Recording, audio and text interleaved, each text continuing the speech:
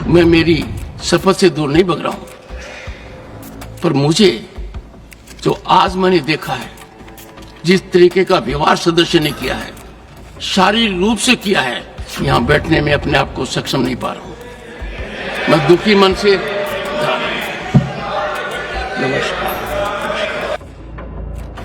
नमस्कार दोस्तों, आज मैं बात कर रहा हूं उस खबर की जो इन दिनों देश की सुर्खियां बनी हुई है। 21 जुलाई 2025 की घटना देश के इतिहास में दर्ज जरूर होगी, लेकिन ये सुनहरे पन्नों में होगी या फिर काले स्याह पन्नों में, यह तो इतिहास तय करेगा। लेकिन 21 जुलाई 2025 को देश के उपराष्ट्रपति जगदीप धनखड़ का जिस तरह से इस्तीफा हुआ है, वो इन दिनों सियासत की सुर्खियां बना हुआ है।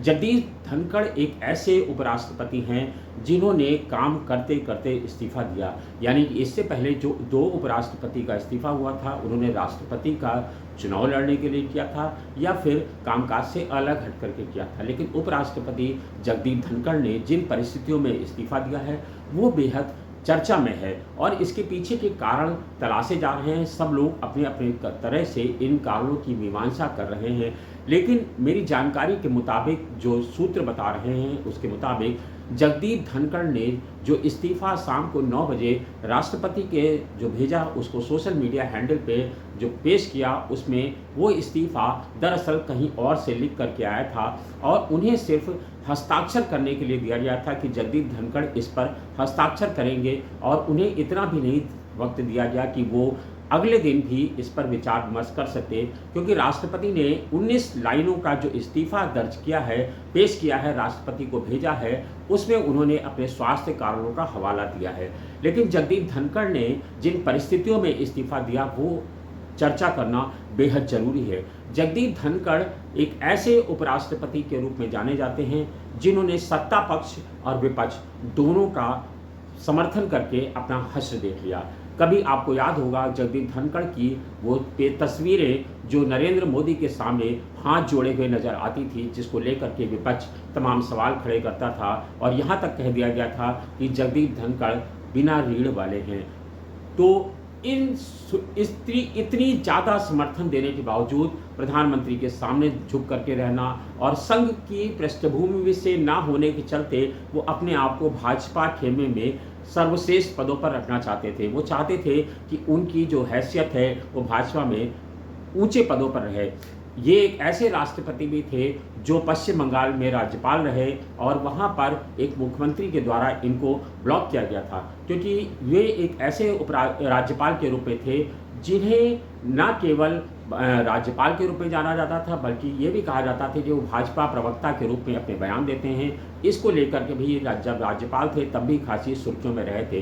कभी कांग्रेस की राजनीति के गलियारों से निकल करके आए जगदीप धनखड़ इन दिनों भारतीय जनता पार्टी में हैं। जगदीप धनखड़ ने दोनों दलों में रह करके देख लिया, लेकिन जगदीप धनखड़, जब आपको याद होगा वो वक्त भी आपको याद होगा, आज मैं आपको पुरानी चीज़ों को याद दिला रहा हूँ ताकि आप जगदीप धनखड़ का नेचर समझ सकें कि वो राजनीति में किस पावदान पर होकर के आए हैं और क्या क्या उनकी सुर्खियां रही हैं। जगदीप धनखड़ ही एक ऐसे उपराष्ट्रपति के रूप में इतिहास दर्ज करा चुके हैं जिनके उनके ऊपर महाभियोग का प्रस्ताव विपक्ष लेकर के आया था। ये वही कांग्रेस है जो इनके खिलाफ विपक्ष का प्रस्ताव लेकर के आई थी जब इनके नेता राहुल गांधी को राज्यसभा में बोलने नहीं दिया गया था।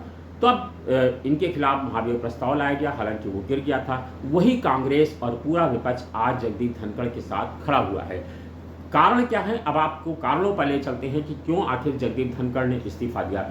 दरअसल आपको बता दें कि जिस दिन 21 जुलाई 2025 को जगदीप धनखड़ ने इस्तीफा दिया, उसके पहले उन्होंने जिस तरह का बयान भारतीय जनता पार्टी में के नेता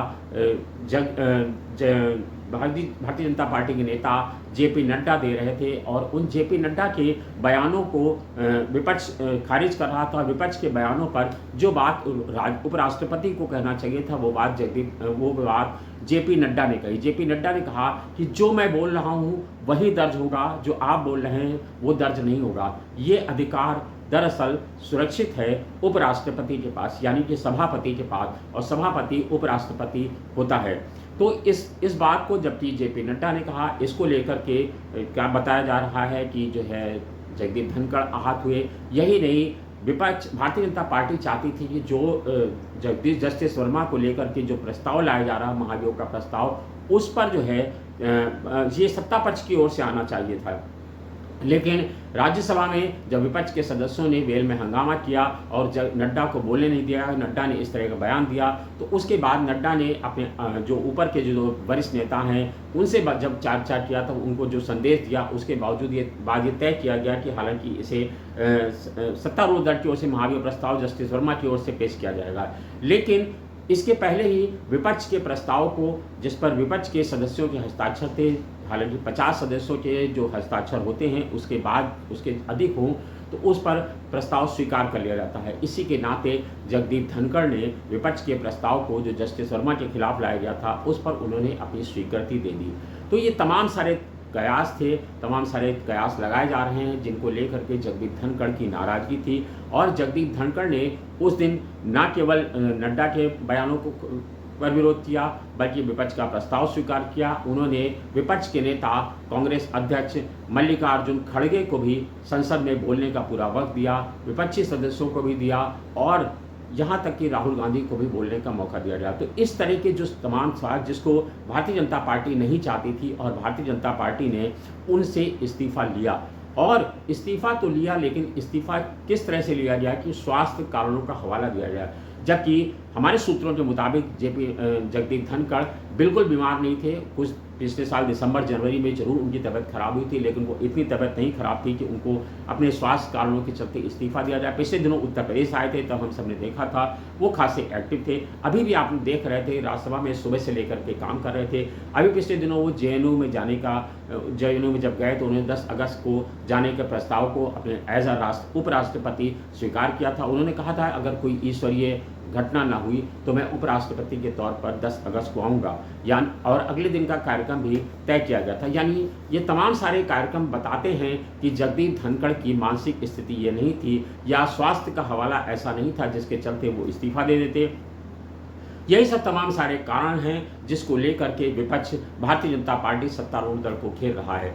खाली जगदीप धनखड़ के इस्तीफे को उनकी मर्जी से नहीं हुआ है, इसको इस तरह से भी समझा जा सकता है कि अगर उन्होंने स्वास्थ्य कारणों का इस्तीफा दिया होता तो उनकी जिस तरह से विदाई हुई वो ना होती और अगले दिन उनके कार्यालय को जो उनका जो ऑफिस था राष्ट्रपति उपराष्ट्रपति भवन का उसको सील कर दिया गया और उन्हें 30 दिन के अंदर मकान खाली करने का नोटिस भी थमाया गया। ये आज तक के उपराष्ट्रपति के इतिहास में पहली बार हुआ है जब इस तरह की कार्रवाइयाँ की जा रही हैं कि उनका जो सोशल मीडिया का जहाँ से देखरेख होती थी उस ऑफिस को भी सील कर दिया गया है, उनके कार्यालय को सील किया जहां वो बैठ के कामकाज करते थे। और यही नहीं, उनकी औपचारिक रूप से जिस तरह से एक उपराष्ट्रपति की विदाई होती है वह विदाई भी नहीं की। इससे प्रधानमंत्री ने एक फौरी तौर पे रटाया बयान दे करके कि मैं उनके स्वास्थ्य कारणों की कामना करता हूं और उनका आभार जताया और उनका इस्तीफा दे दिया। यहाँ तक कि उपराष्ट्रपति ने भी, यहाँ तक कि राष्ट्रपति ने भी उपराष्ट्रपति के विदाई पर एक भी शब्द बोलना उचित नहीं समझा। ये पहला मौका है जब कोई उपराष्ट्रपति अपना पद छोड़ रहा है तो उसकी औपचारिक विदाई नहीं होती है, उसके कार्यालय को सीज कर दिया जाता है, उसके भवन को 1 महीने के अंदर खाली करने का नोटिस दिया जाता है। यही नहीं, उनकी औपचारिक विदाई नहीं होती है। इसी से समझा जा सकता है कि 19 पेज के इस्तीफे में जगदीप धनखड़ ने जो जानकारियां दी है, जिसका हवाला दिया है कि मैं स्वास्थ्य कारणों के चलते इस्तीफा दे रहा हूं, ऐसा कोई स्वास्थ्य कारण नहीं था जिसके चलते जगदीप धनखड़ इस्तीफा देते। तो ये तमाम सारे कारण हैं, लेकिन जगदीप धनखड़ ने दोनों का साथ देके देख लिया। एक बार तो उन्होंने सत्ता पक्ष का साथ दिया जिस पर भी उनकी खासी किरकिरी हुई, उन्हें ऋणविहीन कहा गया, उनके खिलाफ महाभियोग प्रस्ताव लाया गया और जब उन्होंने विपक्ष का साथ दिया तो उनका उपराष्ट्रपति का पद छिन गया। यानी कि उन्होंने दोनों का साथ देख लिया, न वो राम के हुए न वो माया के हुए, वो किसी का भी साथ नहीं दे सके। दरअसल भारतीय जनता पार्टी का जो इतिहास रहा है उसको शायद जगदीप धनखड़ समझ पाने में इतिहास में सफल नहीं हो पाए। जब भारतीय जनता पार्टी एक ऐसी पार्टी है जो अपने लोगों को जब वो हद से ज़्यादा बढ़ने लगते हैं तो उनके पर कतरने में देर नहीं लगाती है। आपको याद होगा, मैं आपको उस उदाहरण से शुरू कर रहा हूँ, बलराज मधोक एक ऐसे नेता थे जो आज आप हिंदू मुस्लिम की राजनीति देख रहे हैं, वो उससे कहीं बड़े कद की राजनीति खड़ी करते थे। वो अपनी सभाओं में कहते थे कि इस सभा में जो भी मुस्लिम बैठा वो उठ करके चला जाए, मुझे किसी हिंदू का वोट नहीं चाहिए। ऐसे नेता को लालकृष्ण आडवाणी ने हाशिए पर लगा दिया। और वही लालकृष्ण आडवाणी जब सुर्खियों में आए, जब उन्हें लगा, सबको लगा कि वो प्रधानमंत्री बनने जा रहे हैं, तो उन्हें गुरु शिष्य की परंपरा का उदाहरण देते हुए उन्हें भी हाशिए पर ला दिया गया। ऐसे तमाम सारे उदाहरण हैं। कभी उमा भारती को याद कर लीजिए, कभी शिवराज सिंह चौहान को याद कर लीजिए। ऐसे तमाम सारे नेता हैं जो कब आए और कब हाशिए पर लगा दिए। गोविंदाचार्य का नाम ले लीजिए। ऐसे तमाम जो एक औपचारिक ज़रूरत खत्म हो जाने पर उनको किस तरह से हाशिए में लगाया जाता है, ये भारतीय जनता पार्टी का इतिहास अगर ठीक से जगदीप धनखड़ पढ़ लेते तो शायद उन्हें समझ में आ गया होता कि भारतीय जनता पार्टी में दरअसल वही चलता है जो जिसको आला कमान चाहता है। इस इस्तीफे के बाद नरेंद्र मोदी और अमित शाह की तरफ से ये संदेश बिल्कुल साफ दिया गया है कि जो भी इस जोड़ी के खिलाफ खड़ा होगा वह चल तो नहीं पाएगा। आप इस खबर पर क्या राय रखते हैं? कमेंट्स बॉक्स में अपनी राय से हमें ज़रूर वाकिफ कराइएगा। धन्यवाद। शुक्रिया।